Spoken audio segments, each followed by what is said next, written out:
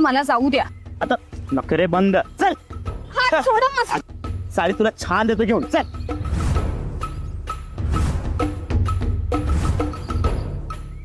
अरे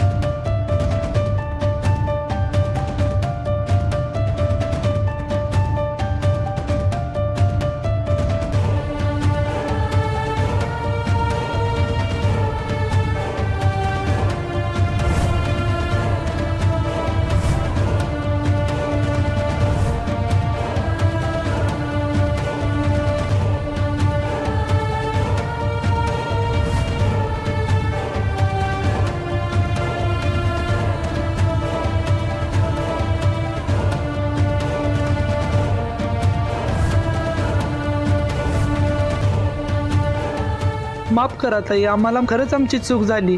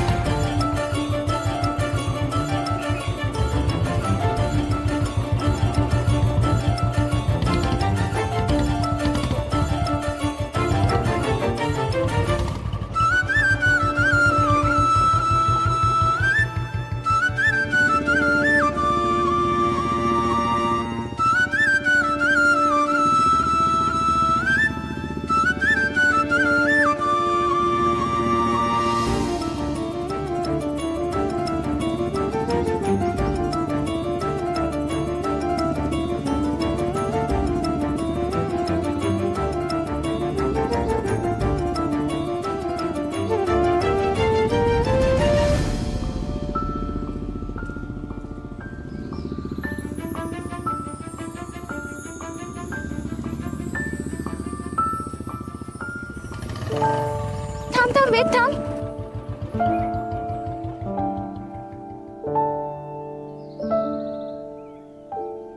वेद, मला सांग, त्या गुंडांनी माझी छेड काढली म्हणून तू त्यांना नाही.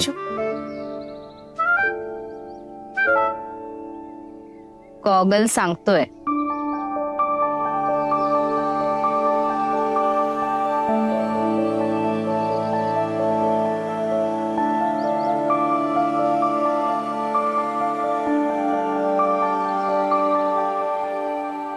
काही प्रश्नांची उत्तरं न दिलेली बरी असतात. हो, पण बायकोला सुद्धा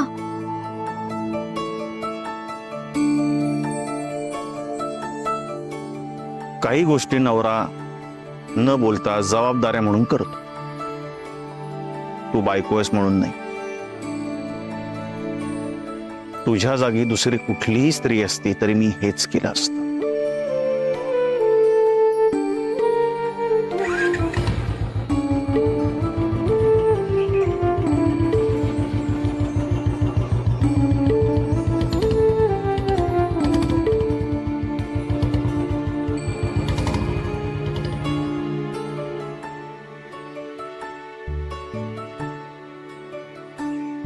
अरे शंकर, अरे वर चढलाय सांगायच तरी. अरे झालं, थोडस काम होतं. नाही हे हालाय लागलंय खूप ते डगमग. चल घे तिकडे. लग्नानंतरची नली आणि वेदची पहिली दिवाळी. नवीन सून म्हणून किती कौतुक व्हायला पाहिजे त्याचं. व्यंगस्नान, लक्ष्मीपूजन, पाडवा या सगळ्यात हस्तस्पर्श व्हायला पाहिजे होता तिचा. बाबाराव वेळ मिळेल तेव्हा तिचा अपमान करत राहतो. पण काहीही झालं तरी नली आणि वेदला मी भरभरून आशीर्वाद देणार आहे.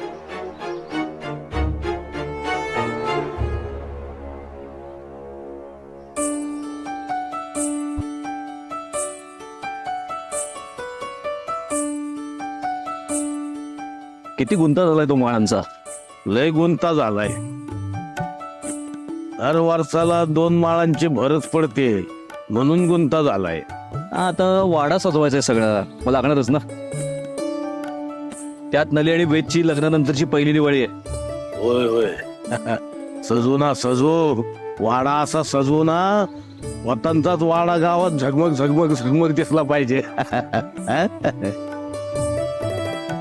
एक काम कर, तू ते गुंता सोडव, मी वरती कंदी लावून येतो. बर.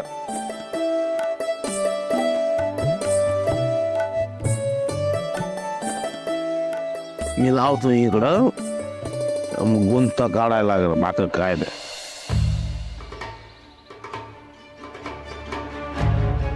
सत्यवान, चाललं. म्हणजे बरा आहेस ना? मला काय झालं? काय कधी कधी मध्येच तुझ्या आभाळाला डोळे फुटतात म्हणून विचार. जाऊ दे, तू लक्ष देऊ नकोस. सजावटीचं काम कुठपर्यंत आलंय? आता हे काही एवढ्या माळा लागल्या की मग झालीच सगळी तयारी. हो ना? अरे वा वा.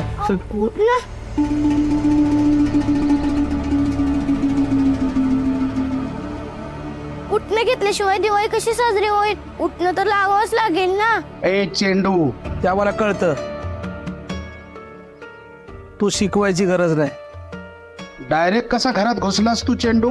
अहो खोत काका, माझ्या आजीने खूप मेहनतीने उठणं बनवलंय. सुगंधी आहे, घ्या ना विकत. अरे शेण आणि माती घालून बनवलेलं उठणं आहे ते. असल्या घाणेरड्या वस्तू खोतांच्या वाड्यात वापरल्या जात नाहीत. संदे, अहो पण एकदा वापरून तर बघा. तुला सांगितलं संदे. तर एक तरी घ्या. अरे बोललो ना, निघ निघ. खोत काका एक तरी घ्या ना. तुला सरळ सांगितलेलं कळत नाही का? संदे.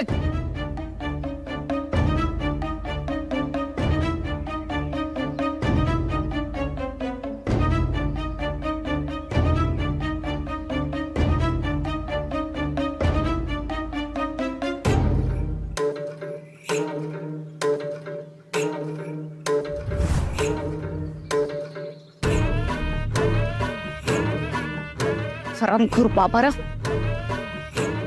चेंडू सारख्या लहान मुलाशी असं वागावं? या सगळ्या छोट्या छोट्या गोष्टीचे परिणाम लवकरच भोगावे लागतील तुला. सत्यवान, अख्ख्या वाड्याला या लाइटिंगच्या माळा लाव. अख्ख्या गावात फक्त खोतांच्या वाड्याचा झगमगाट दिसला पाहिजे.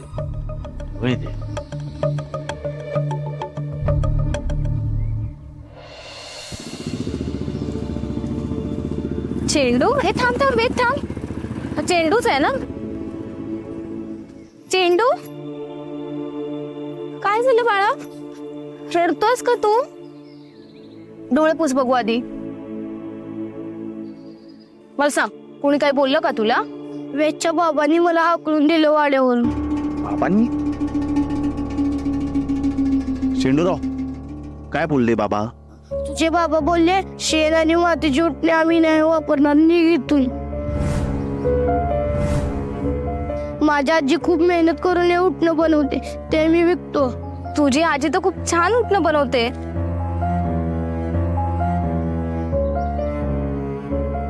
अरे उठण्यात शेणमध्ये कशाला कोण वापरेल? बाबा पण ना. चेंडूराव, तुम्ही कशाला मनाला लावून घेताय? मी तुमच्याकडून ना 5 पाकिटं विकत घेतो, चालेल? खरंच? किती झाले 5 पाकिटांचे? एक पाकिट 20 रुपयाला. अच्छा, म्हणजे 5 पाकिटांचे 100 रुपये आणि 100 रुपये तुम्हाला दिवाळी बोनस. बस आता खुश ना? आमची बाकीची पाकिटं? थँक्यू. थांबा हा, तुम्ही माझ्याकडून 5 पाकिट घेतली नाही, माझ्याकडून 1 पाकिट फ्री. हो का? अच्छा, म्हणजे दिवाळीचा बोनस तुम्ही आम्हाला देताय? कारण नली माझी छोटी बहीण आहे ना, म्हणून. जा. हा नली, माझ्या आजी जशी चोवून आणि रगडून उठणं लावते ना, तशीच तू वेदला पण लाव.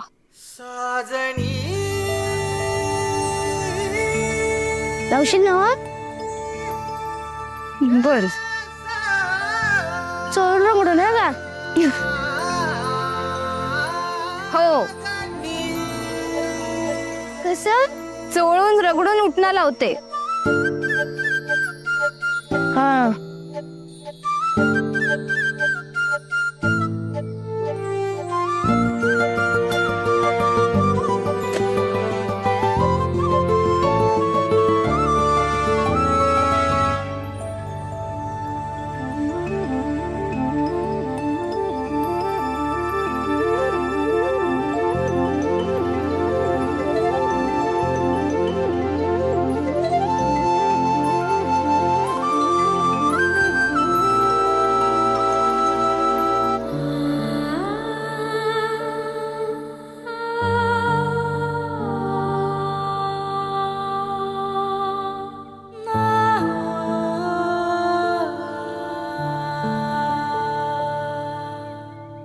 वेद, चेंडू काय म्हणाला माहितीये ना?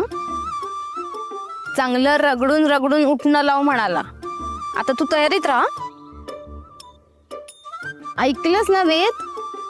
मी आधीच सांगतोय, मला उद्या महत्वाचं काम आहे. मला सकाळी लवकर ऑफिसला पोहोचायचं.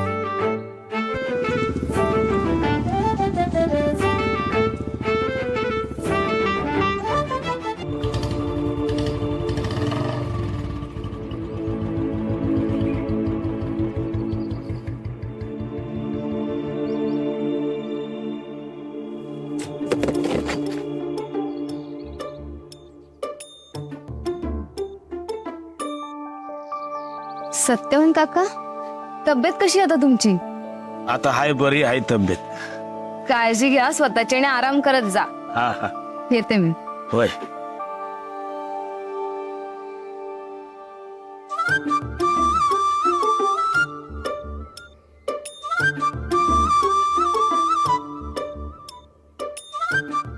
पिशव्याला जड दिसत्यात. मला दे, मला दे. मी काका. नेतो आत. दे मला, मी नेतो आत. काका मी घेतो. तसे मला आता सवय करून घ्यायला हवी. अरे काय झालं म्हणाव? असं कधी बोलत नाही वेद. सवय करून घ्यायला हवी म्हणजे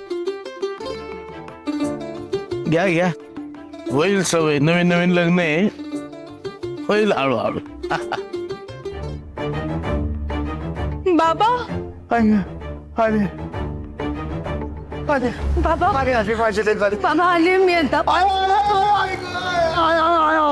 काळजी करू नका. अहो पण हे कसं लागलं तुम्हाला? काय सांगू तुला अगं, माझं नशीबच फुटके. अगं काम करता करता कसा पडलो ना, माझं मलाच कळलं नाही. तुझ्या बाबांचा पाय मोडलाय, त्यांच्या पायावर बैलगाडीचा चाक दिलंय. काम करताना पडलात की अजून काही? अगं खरंच सांगतोय मी तुला, काम करताना पडलो मी. आयो. बाबा काय झालं ते खरं सांगा मला. अगं खरं सांगतोय ग तुला मी. ऐक गं. कारण मला एका अननोन नंबरवरनं फोन आला होता आणि त्यांनी मला सांगितलं की तुमच्या पायावरून बैलगाडीचं चाक गेलंय. ऐक गं. बाबा ऐक गं. ऐक गं. ऐक गं. अगं खरंच सांगतो मी, तुझी काहीतरी ऐकण्यात चूक झाली असेल. ऐक गं. अहो चुकेन कशी मी? तो माणूस मला बोलला की तुमच्या पायावरून बैलगाडीचं चाक गेलंय. ऐक गं. ऐक गं. ऐक गं. दुखते. ते सगळं जाऊ देत, चला आपण डॉक्टरांकडे जाऊयात. त्याच्यावर लगेच उपचार झाले पाहिजेत. बाबा चला उठा. ऐक ऐक ऐक दवाखान्यात नको. ऐक ना, ऐक दवाखान्यात नको. सरस्वतींची पण तब्येत चांगली नाही. हा? त्यांची जबाबदारी तुझ्यावर आहे. माझं मी बघतो. ऐक गं. बाबा असं नका ना बोलू. एकटा पडलोय ग मी, एकटा पडलो. कोण आहे माझं सांग? हा? कोणी नाही माझं. अगं मी इथं बेवारच मेलो ना तरी कोणी बघणार नाही म्हणा. बाबा सहभद्र नका बोलू. चला उठा आपण डॉक्टरांकडे जाऊयात. हा नाही ऐक, तू जर इथे थांबणार असशील ना तरच मला दवाखान्यात. तू जर गावड्यांच्या घरी जाणार असशील ना तर तू आत्ताच जा. ही शेजारी पाजारी बघतील मला, नंतर माझं मी बघेन. तुझा ऋषी मेलाय. उठ उठ सरस्वती उठ. तुझा ऋषी ना मेलाय. मेलाय तुझा ऋषी. ऋषी ऋषी ऋषी ऋषी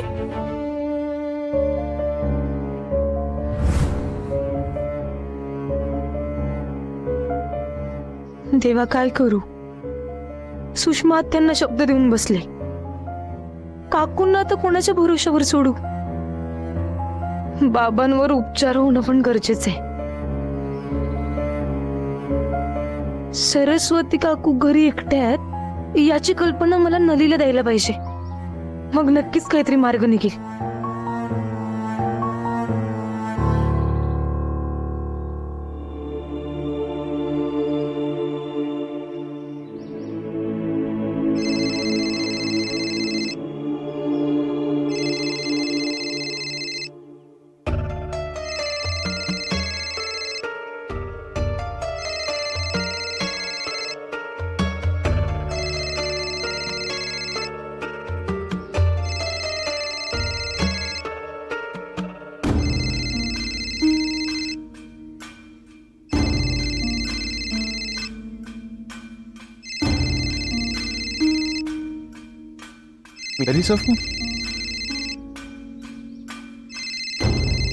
सरस्वती काकू. अमिताली काकू कशा आहे? वेद मी खूप मोठ्या संकटात सापडले रे. मला काहीच कळत नाहीये.